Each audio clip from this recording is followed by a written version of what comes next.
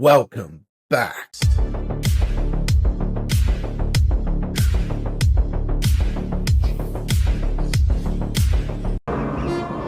not true. That's impossible. Search your feelings, you know it to be true. And in first place, the most accurate channel with predicting the winner for each fight over the first 8 months of 2025 is MMA Husky Hustler. And knowing that I'm the best, I'm the best looking, and that I'm just the best. I'm the best. Look at me. Take a look at me. Take a look. I'm the best. I am the best. Look at me. Look at me.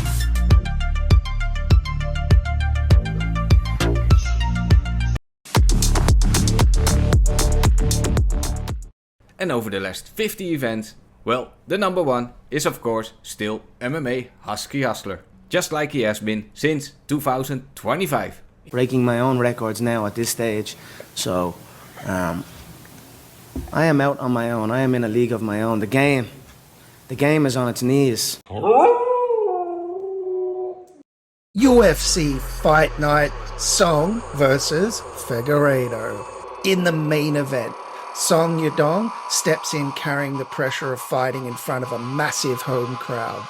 Explosive boxing, fast counters, serious power, and one of the most dangerous young contenders at bantamweight.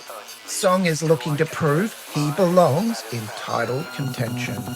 Standing across from him is former flyweight king Deiveson Figueiredo, one of the most unpredictable and violent finishers in the sport. Heavy hands, slick submissions, and championship experience make him dangerous against absolutely anybody. My Husky and I are breaking down each fight, so smash the like, subscribe to the channel, and let's cash some tickets. Anything can and will happen inside the octagon. So remember to stay husky. Push me and don't touch me till I can get my satisfaction. Push me and don't touch me till I can get. Let's get into it with two of the females going at it in the straw weight division. Loma Lookboonmee versus Jaqueline Amorim. Loma wants to be able to keep it standing and control the striking range. I think her movement, timing, and technical striking are the biggest keys here. If she can stay disciplined defensively and avoid getting trapped against the cage and force into prolonged striking exchanges, she can slowly take over with cleaner shots and better volume. The longer the fight stays at kickboxing range, the more it favors her style. Jaqueline wants to turn it into a grappling heavy fight as quickly as possible. She needs to close the distance, force clinch exchanges, and constantly look for takedowns. If Jaqueline gets top position, that's where she becomes very dangerous because she's aggressive, hunting submissions and controlling opponents on the ground. Her best chance is making Loma defend wrestling and grappling for long stretches instead of letting her settle into a striking rhythm. I think Jaqueline will eventually find success with the grappling exchanges, and once she gets dominant position on the ground, I can see her locking up a finish before Loma is able to escape. Give me Jaqueline Amorim by submission. Oh baby, want you all the time. It's your love that I be needing. Coming up next in the featherweight division, we have Kangjie taking on Rodrigo Vera. Zhu wants to keep the fight at a high pace and make Vera fight at his rhythm. I think he's best when he's staying aggressive on the feet, throwing combinations and constantly pushing forward, as Vera never gets comfortable. Zhu looks like the type of fighter who builds confidence as the fight goes on and he starts landing consistently. He can overwhelm opponents with activity and momentum. Fighting in front of a home crowd could also help him stay confident and aggressive throughout the fight. Vera wants to slow the fight down and bring Zhu into a more measured fight. He needs to stay disciplined defensively, avoid getting caught in extended exchanges, and look for opportunities to counter when Zhu rushes forward. If Vera can make Zhu overcommit and create openings for clean counters and grappling exchanges, he can make the fight more competitive. I think Zhu's pressure, activity, and ability to dictate striking pace will help him edge the rounds. Give me Kangjie Zhu by decision. Think about you every night. In your arms. Next up, we have two of the females going at it in the straw weight division. Angela Hill takes on Jingnan Zhong. Hill wants to make the fight messy and exhausting.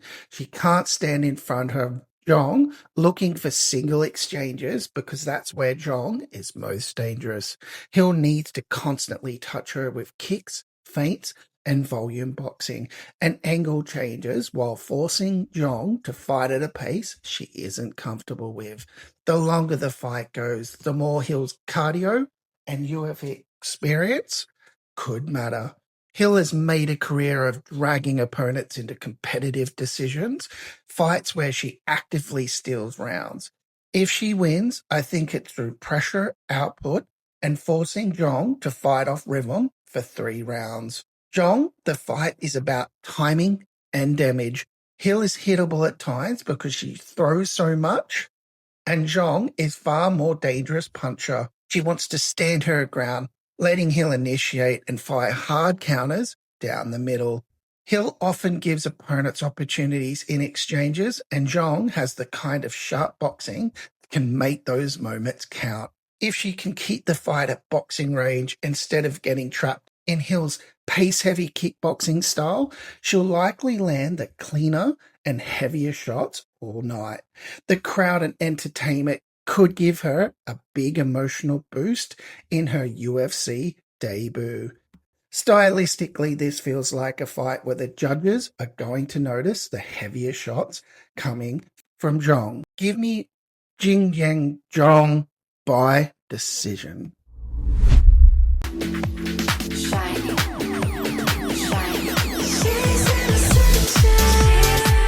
Up next, we have Tsuruya versus Louise Gurule in the bantamweight division. Ray can win the fight if he controls where it takes place. His biggest advantage is his wrestling and grappling pressure. I can see him shooting early, takedowns, forcing scrambles, and spending a lot of time controlling positions rather than chasing risky finishes. Ray fights with very composed style. He's good at staying disciplined once it gets ahead in rounds. And if he's constantly mixing in takedowns and control time, he can slowly take over the fight and keep Gurule from building momentum on the feet.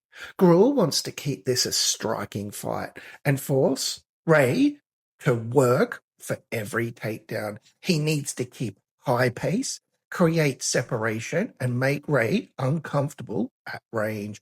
Gurule has the type of pressure and aggression that could make things interesting if he's able to stop the wrestling exchanges and land clean shots in open space. If he can keep the fight standing for long stretches, he'll have opportunities to out-volume Ray and make rounds competitive. I see Ray's wrestling, control, and ability to dictate the pace will be the difference over 3 rounds. Give me Tsuruya by decision.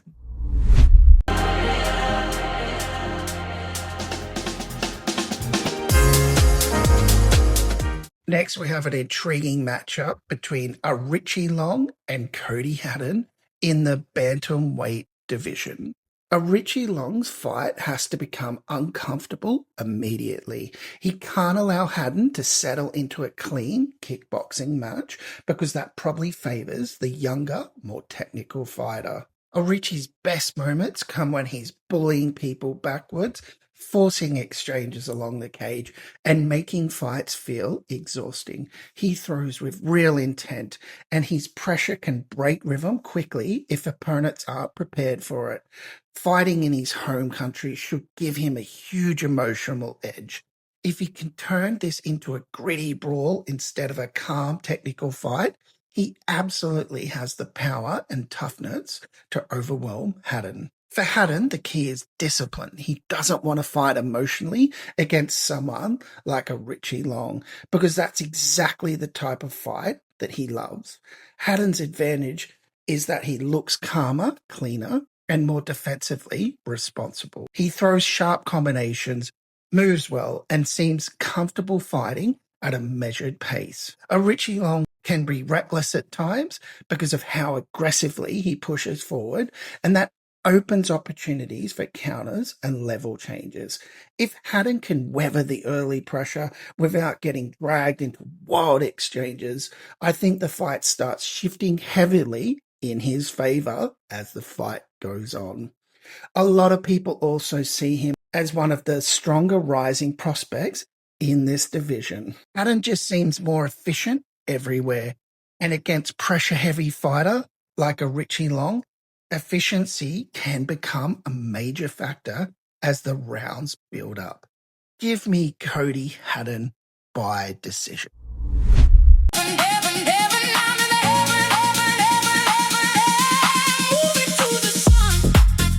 Next on the bout, we have Meng taking on José Henrique in the featherweight division. Ding wants to push a fast pace and keep José under pressure from the opening round. I think his best path is staying aggressive on the feet, forcing exchanges, and making José uncomfortable whenever he tries to settle into the fight. Ding looks like the type of fighter who gains confidence as he starts landing combinations, and if he can keep José backing up, the opening for bigger shots should start appearing. If he controls the striking tempo early, I can see him building momentum quickly. José wants to slow the fight down and make it more physical. He needs to avoid getting drawn into wild exchanges and look to mix in clinch work or grappling whenever Ding starts fighting rhythm on the feet. If José can make Ding hesitate, force a slower fight, he can create opportunities and take over with control and experience. I think Ding's pressure and aggression on the feet eventually become too much, and once Ding starts landing clean shots constantly, I can see him overwhelming José and finding a finish during an exchange. Give me Meng Ding by knockout.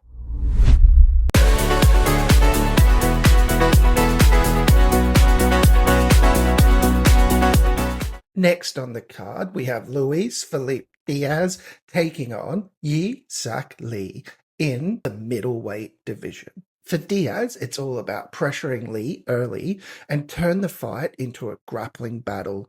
I think his best path is forcing clinch exchanges, mixing in the takedowns, and making Lee constantly defend positions on the ground.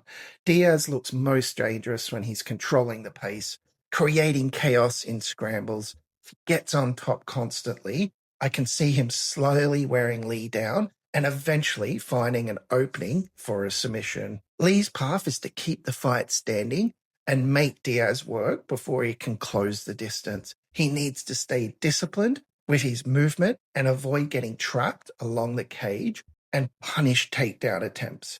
If Lee can keep range and force Diaz into a striking fight for long stretches, he'll give himself a much better chance of taking over the fight with volume and cleaner shots. I think Luis's pressure and grappling eventually become too much over the course of the fight. Give me Luis Felipe Diaz by submission.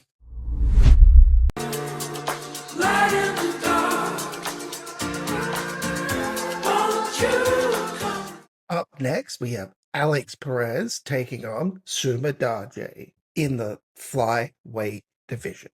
Alex wants to mix in his striking with wrestling and keep Sumudaerji guessing. I think his experience and ability to control pace are big advantages here. Perez is at his best when he pressures forward, lands clean combinations, and mixes in takedowns at the right moments. If he can force Sumudaerji to constantly defend wrestling exchanges, it should slow down the striking attack and allow Perez to control rounds. I can also see Perez having success in scrambles, controlling position against the cage. Sumudaerji's path is to make it a striking battle at range. He needs to use his length, movement, and speed to stop Perez from getting comfortable moving forward. If he can keep distance and force Perez into predictable entries, he'll have chances to land clean counters and build momentum on the feet. The longer the fight stays standing in open space, the more dangerous Sumudaerji becomes. I think Perez's wrestling, pressure, and overall control of the fight will be the difference over 3 rounds. Give me Alex Perez by decision. What you needed, 'cause I'll find the faith in anything. Up next in the featherweight division, we have Jake Matthews taking on Carlston Harris. Jake's at his best when he's fighting calmly, forcing opponents into layered grappling exchanges. Over the year, he's become much more patient. Early in his career, he could be reckless and emotional in fights, but now he picks moments better, mixes in striking into takedowns, and once he gets on top, he's very good at controlling scrambles. Matthews doesn't need to dominate minutes to win. He just needs one opening. He's got slick back takes, strong submission instincts, and he's become more comfortable fighting at a measured pace. Carlston is dangerous because he fights with confidence and carries real finishing ability. He's physically strong, explosive early, and when he gets flowing offensively, he can overwhelm people fast. Harrison throws with bad intentions, and he's the kind of fighter who can change a fight with one clean sequence. He also has underrated grappling himself, so it isn't a case of Matthews simply having free takedowns without risk. Harrison can scramble, threaten submissions, and make things chaotic. I think Matthews survives the dangerous opening phase, starts finding takedowns as the fight settles, and eventually catches Harris during a scramble or back take. Give me Jake Matthews by submission.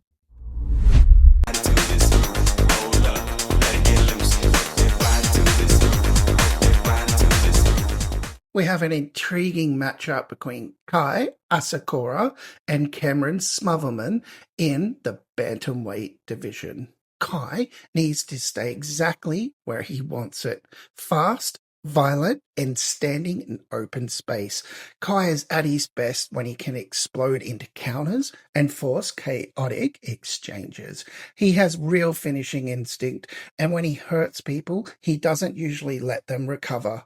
Smotherman is a pressure striker who likes to trade, which honestly could play right into Kai's hands because it gives him opportunities to land those sharp counters in the pocket.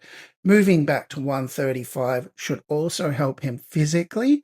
He looked drained at featherweight at times, and a lot of people believe the move back up will make him faster and more explosive.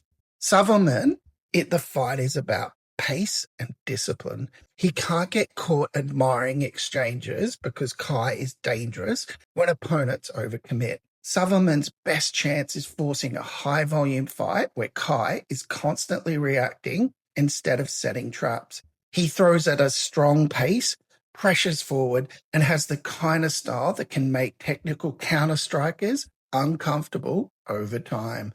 There's also pressure on Kai here emotionally. There feels close to must-win territory for him in the UFC. If Smotherman can drag him into a frustrating fight instead of an explosive one, that pressure could become a factor. Kai finds the timing, and one of those counters lands clean before the fight really settles in. It feels like the kind of bounce-back performance the UFC probably hopes Kai delivers with. Give me Kai Asakura by knockout. I know that it will happen someday.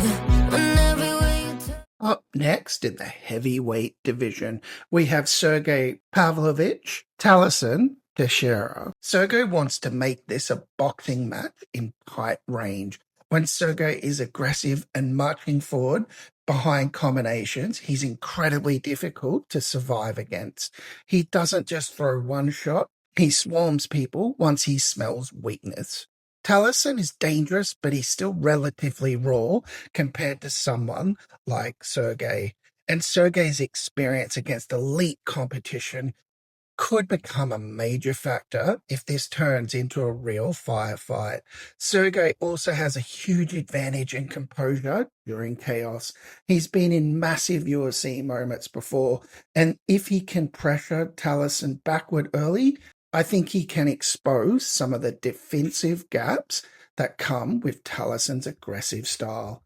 Tallison, the fight is all about making it ugly and unpredictable before Sergei settles in. Tallis is enormous for the division and surprisingly explosive for someone his size. He throws with full commitment, and heavyweight fights can flip instantly when someone lands a big clean shot. Sergei has also shown vulnerability when opponents disrupt his rhythm and force him into uncomfortable exchanges instead of letting him build momentum.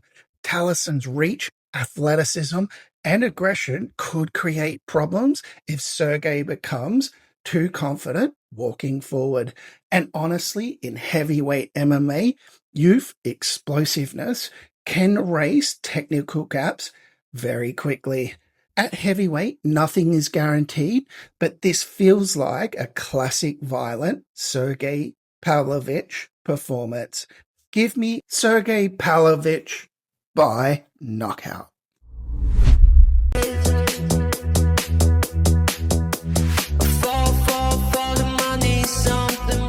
In the co-main event of the evening in the light heavyweight division, we have Mingyang Zhang taking on Alonzo Manifield. Zhang needs to do exactly what's gotten him here. Overwhelm Manifield early and force him into exchanges before Alonzo can settle into the fight. Zhang's pressure is relentless when he's confident, and he throws at a pace that can make opponents panic. If he gets Manifield backing up towards the cage, starts unloading combinations, that's where he becomes terrifying. Manifield has been hurt before when opponents force extended firefights, and Zhang is the exact kind of fighter who tries to create that type of chaos immediately. Fighting on home soil, he'll feel like a huge moment for Zhang emotionally, and I expect him to come out flying. Manifield's key is composure. He absolutely cannot get dragged into a relentless brawl in the opening minutes, because that's where Zhang is most dangerous. Manifield's best moments usually come when he stays patient, uses his physicality, and waits for openings instead of chasing them. Zhang is extremely aggressive, but that aggression creates opportunities. He can be hittable during exchanges, and Manifield has the power to punish mistakes instantly. If Alonzo can weather the early storm, slow the pace with clinch walk, and force Zhang to fight deeper into the second and third round, the fight changes dramatically. Zhang fights at such a high pace that cardio and discipline could become factors later on. I think Zhang storms forward early, forces a wild exchange against the cage, and lands something big before Manifield can really establish his rhythm. Give me Mingyang Zhang by knockout. I want to give a shout out to a couple of very clever members of the Husky Pack here on the channel. First up, congratulations to Owen Mania for picking Sean Strickland by decision in our last video's comment section. A prediction that might go down as one of the biggest upset calls of 2026. Also, shout out to our friend Brim. You've been absolutely crushing the prop bets lately. Very impressive stuff. Well done. The MMA Husky Hustler thanks you for being part of the best community in MMA.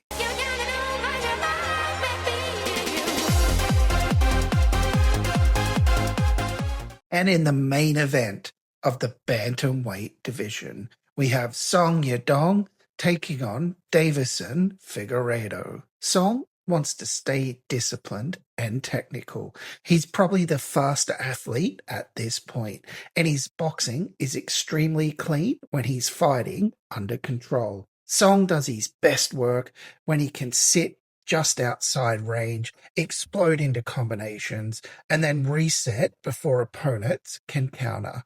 Against someone like Figueiredo, that discipline is everything because Figgy thrives when fights become wild. Yadong also has the cardio and youth advantage, and over 5 rounds, that could become massive if he forces Figueiredo to constantly react to speed and volume. The biggest thing for Song is avoiding emotional exchanges. If he can stay patient and fight behind his jab, movement, and combinations, he can slowly take over rounds with activity and cleaner strikes. Figueiredo needs to turn the fight dangerous and uncomfortable. Figgy is not the type of fighter you want to trade recklessly with because he's an elite counter striker with power and one of the sneakiest submission games in MMA. Even when he's losing minutes, he's constantly hunting moments. He throws strange timing shots, explodes into counters, or jumps on submissions instantly if opponents get careless. Song has sometimes struggled when opponents force physical, gritty exchanges instead of clean, technical fights. And that's exactly the type of fight Figgy should be trying to create. If Davison can pressure him into the cage, mixing grappling threats, and make Yadong hesitate, the whole fight changes. And in a 5-round fight, one mistake is all Figgy usually needs.